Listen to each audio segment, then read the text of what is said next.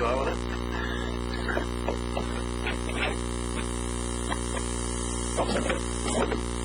Are you all set? You know, I've been waiting for 20 minutes here for you. I had to get a key. I'm just kidding. I'm just kidding. You know that. You're having air conditioning.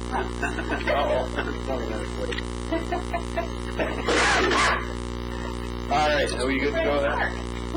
You all set with that? Yeah, I'm set. Yeah. Okay, it's, I don't know what day it is. Tuesday, July 1st, about 2:25 p.m. Call the facilities meeting for OBPA to order. All right, cover review, Wade. Certainly. Thank you. A couple items on the agenda today. Probably makes sense to start with the first one on page 2. This is the lump sum consultant agreement design phase of the construction of the hangar building with CNS. We saw this one last time, but it was in the board meeting format. And we since found out that this is a 90%, 10% funded project. $600,000 by New York State, 10% by OBPA, which was in line with what we thought. The thing that we learned about this, because this does not have an FAA component to it. We are not required, and the project will not pay for, an independent fee estimate. Now, the independent fee estimate on this, we reached out to a couple of firms, and we wanted to know what the independent fee estimate would be based on the questions last time. And what we found out is that independent fee estimate was $1,400 from the one firm that responded. So, Sarah, right? yes, that was Sarah again this time. So we've got a choice here where we can we can do this project without an independent fee estimate and be completely within our rights doing so. Or we could do an independent fee estimate and pay the $1,400 out of pocket. That would not be part of this. Not be part of this. That would be $1,400 more. Yes, that's correct.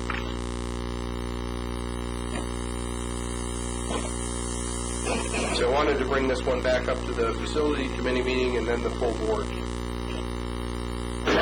Do you feel that this fee estimate is a necessary item? Well, one of the things that we have going on today as well, we have a special presentation by CNS engineers on that topic immediately following the audit result at the beginning of the 4 o'clock meeting. This type of project, we have not done independent fee estimates in the past when they're not required. We've only done independent fee estimates when they're required. Again, it's one of those things, it's more of a, I don't want to say direction or policy issue, but how do we want to treat this particular project? And that's a question that I posed to the facility committee. I thought it had to be over 100,000 before it went for an independent review. I thought there was design is 50,000, and then inspection over 100,000.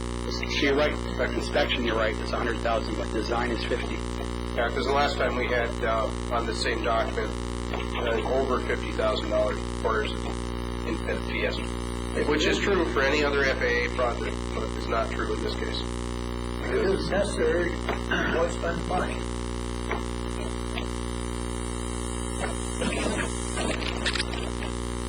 Who does all the grant applications? Is there not actually an application that gets submitted to FAA or DOT for all the work at the airport? Yeah. Well, as part of our airport improvement program, the CAP program. Yeah, the CNS is responsible for go out and really spend those dollars, right? The funding on this project came from, I believe this is Bond Act funding, was it not, Steve? I'm not sure, Wade. I think the funding on this one, if memory serves, originates from 2005. But I'll have Being New York State Bond Act? Yeah. Well, if it was Bond Act, I don't think we'd be given 10%. There was something odd about this one, but I guess I defer that question to Jim Morrissey. So, I mean, in this event, I guess I'd like to make the recommendation, why don't we, as a committee, take this item and really not do anything with it at this point, wait until we have the CNS presentation at 4 o'clock, get our questions answered, and then address it full board. Well, you know, I'm not sure if it really matters. If you just take a look at the whole process, just take the professional consulting process where everything's really qualification based, and at that point you just do a negotiation. If we're over 50, then we get an independent fee estimate, but I'm not sure really what it gets you. Right. My gut feeling is you waive it, let CNS do the design work, continue that relationship. I don't know if it helps, but we were having a conversation with CNS earlier today about the number of projects that they had done for us in the past, and specifically before that with the IFEs. The IFEs have never come back and said, no, that's not reasonable. I don't know if that's something we necessarily hang our hat on, but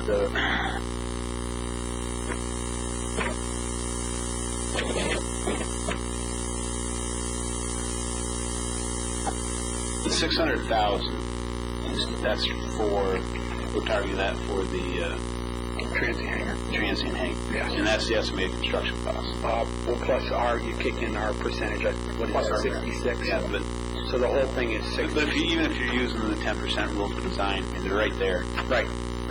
Yeah. So that, I understand that. you know the numbers in line. Fine, yeah. does not appear unreasonable. And I guess I'd make the motion to go ahead and waive the independent audit. Bring the agreement to the full board, or the resolution to the full board. Okay.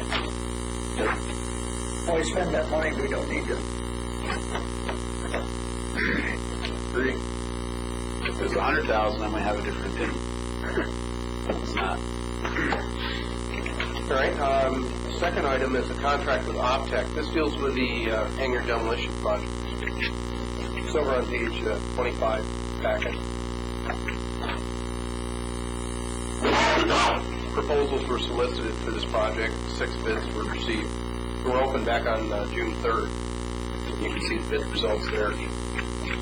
OPTEC was the low bidder. The only thing I've got to ask you is, it seems that there's an awful difference between OPTEC and Empire Business Management Corporation. Oh, yes, why is there such a span there? Steve, do you have any insight into that? Well, most of those, you see a lot of those outfits, especially in bidding or whatever, they're from out of the area. And sometimes they just throw a number at it, Roger, and hope that, and they probably have no intent of really getting it, but they'll throw that number out there. And, who knows, maybe only 3 or 4 people show up, but, and you come out ahead. I think the engineer's estimate was like $110,000 for the project, so. But you follow getting it, you look at that. What a span there. Yeah, Between 1 and 2, though, you're right there. yeah. Yeah, I'm not that's familiar right with there. LDI and OPTEC I'm familiar with, so, somewhere in Between 1 and 6. Where's LDI? Messina. They did a lot of the Alcoa demo. Where are they? I know you know it. I can't think of his name. Never heard of them. Environmental remediation, where are they at? Have any idea? They're right over there by Squires, this place, the old homestead. They rented that building and they... LDI is? Yeah. Huh. What about environmental? Don't know them. No. Richardson's here in town. And then I've heard of National Backcorp. Some of those also have a high overhead. They're big companies and they're just hoping that they, they might hit something there. And they're responsible for disposal of all materials. So we have asbestos abatement. Yeah, there is some asbestos abatement in there. Do we get any help from AAA or any of those on this project? I'm sorry, from Do we get any help? FAA? Yeah, it's 95, 2.5. Right. Typically 95.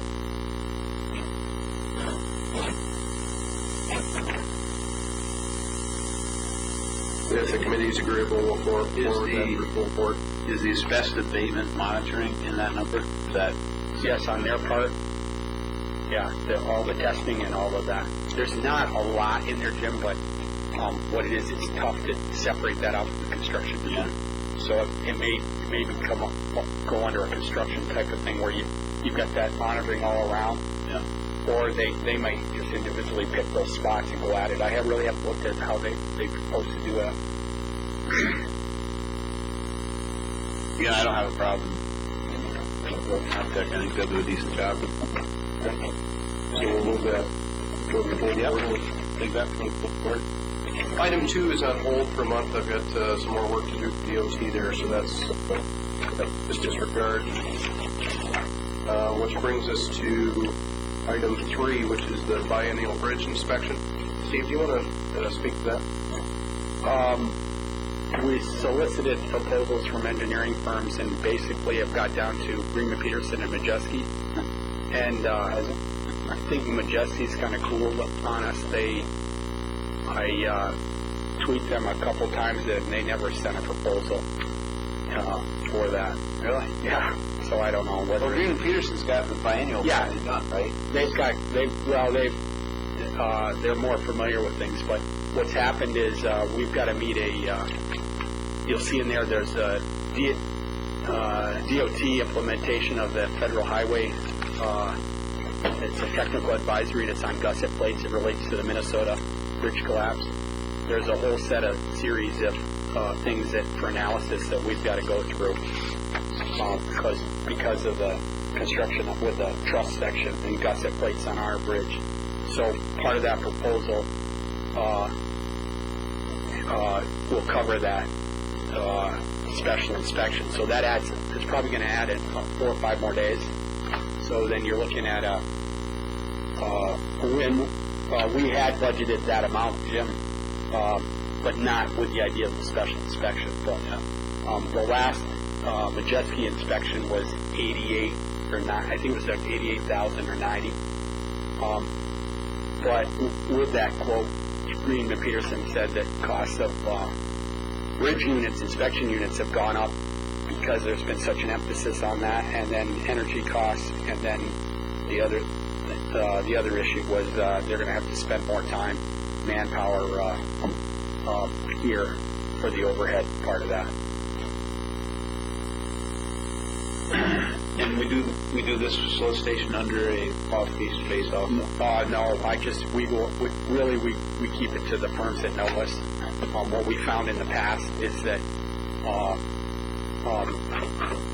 a lot of people, because like someone like Majeski or Green and Peterson's already here, they just can't touch it, or they just, so we haven't really, Majeski did it for the longest time. This will be the first time Peterson.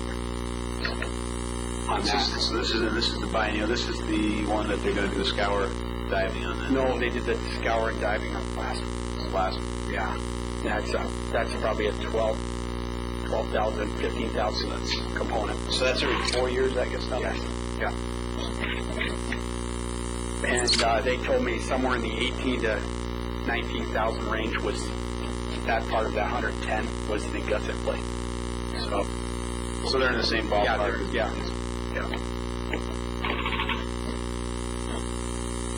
And then where does the funding come for that, Mark? We fund the bridge inspection. Is that out of our own pocket? Or? Yeah, it's out of our own pocket.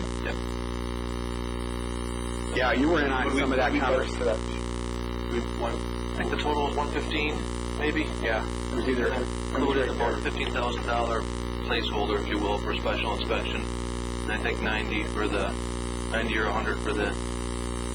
So you got biennial. So we're in range. Yeah. Jim, remember in that first conversation with the state on the bridge rehab project? Yeah, they kind of wanted us to back that out. We were just kind of hoping that with all that we could get that incorporated in there.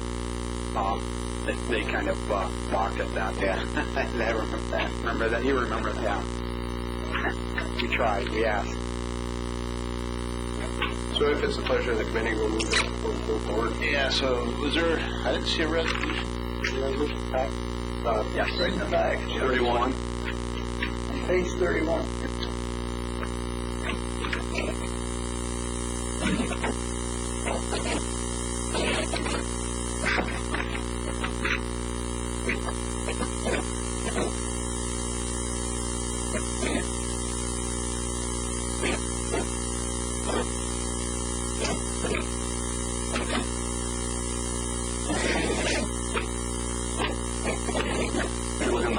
packet, Jim? Yeah. The first one is 410. Oh, first one, board packet. Or see it. Page 8. Okay.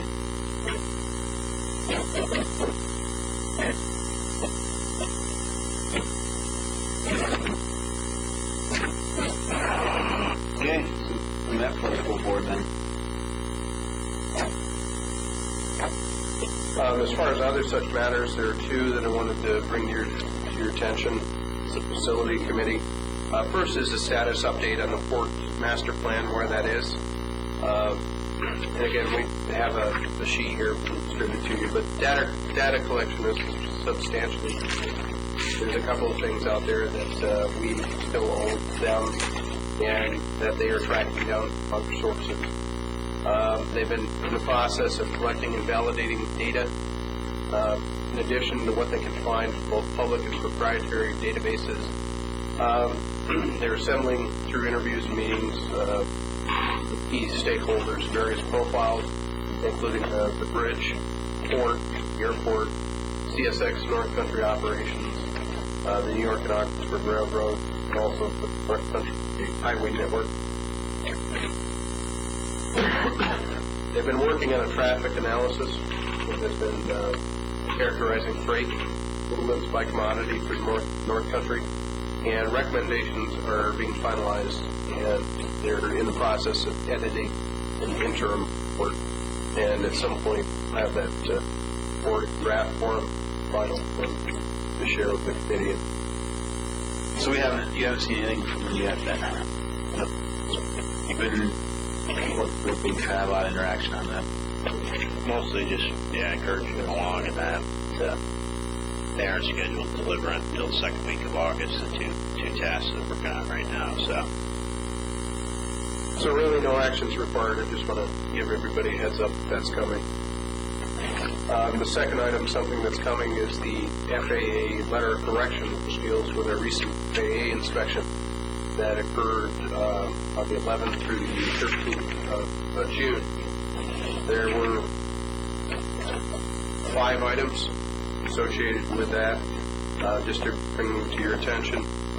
Again, we'll get this to you in official format as soon as we receive it.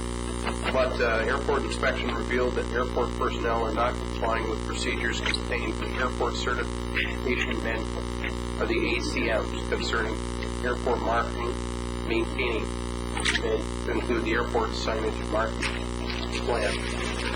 What this specifically means a couple of different things here. That plan itself, that the manual needs to be updated, as was discussed with staff during the inspection. And staff is aware of that and be updating the manual accordingly. Is that a procedures manual? The certification manual? Yeah. The ACM, Airport Certification. It's a white binder. What's contained in it? Everything that we say that we're going to do, we have to live by with that, and that includes all FAA regulatory things, so we incorporate all that. So there's certain requirements that we've got to meet, and we just got to stay on top of that as far as sometimes different changes come out, and we've got to update the manual accordingly, so some of those things slip in there, and then you've got to keep it up to date. So it's the manual itself that's out of compliance, not... Well, no, and what that first thing is talking about, there's a certain marking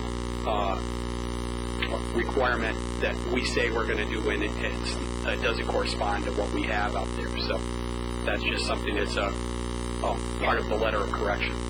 You say a marking requirement, you mean like a Runway markings? Yeah, it forces us, at the end of the day, the ACM basically forces us to walk the talk. It's the whole purpose of the ACM. There were issues with airfield signage, marking plan. This is actually out on the air. Yeah, what that one was, Jim, is basically when you're coming off the taxiway, when we did the terminal project, the terminal sign was on the right-hand side. Yeah. The terminal actually should have been between the taxiway and the runway on the pilot side. So he sees terminal and arrow. And that was something that was everybody bought off on when construction of the terminal. And it was just overlooked. So CNS is aware of that. We'll make good on that in the next, the right project. It'll just have to be moved.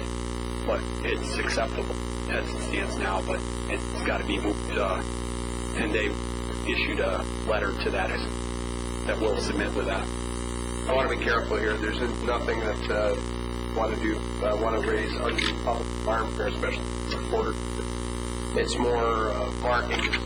For example, center line markings on the taxiway are starting to fade field and blank. Portions of taxiway B were obscured by rubber sealing on the sign. These the FAA comments, these markings need to be repainted with glass. So it's not, well, I don't want to make light of these issues. Clearly we need to apply the ACM and walk the talk. These are things that are easily addressed and will be addressed throughout the series projects. Well, if that's all you have, I'd say that's good. Yeah. Well, like last year, it was runway needs to be sealed. Then when we seal it and cover the markings, runway needs to be marked. So it was just, it's kind of that thing. But yeah, there was a couple areas there that they just sealed that center crack. They need to be. Yeah, I was thinking certainly not going to be alarmed about there.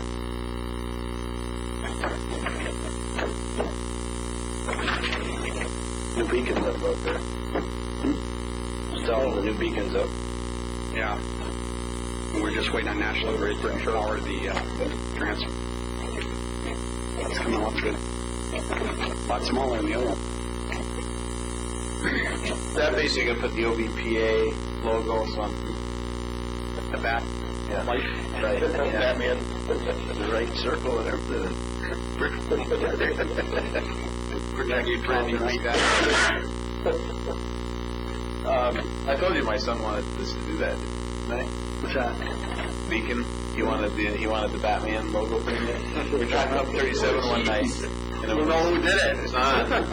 He goes, Dad, can't you get them to put the Batman logo and put it on that light? So Chris, I'll see what I can do, but I don't have that much pull. That basically concludes the, I don't have any other regular business or other such matters for the facilities. I would like to see if we could schedule a facilities committee meeting for the day of the board meeting at 2 o'clock, but I'd like to hold off on that until the board meeting gets scheduled there, if possible. I mean, as I'm told that there's a couple of conflicts that are occurring on August 5th. We knocked this thing off in half an hour, so should we start with facilities one minute? Bring the bridge inspection. We can do that. Another hour and T-shirt. Yeah, generally, we've had a lot of stuff here the last couple of meetings. We haven't the past week. We don't have a lot. If we could push it up an hour, that'd be really good. Missouri, but Or even 3. When I do it myself. Man, well,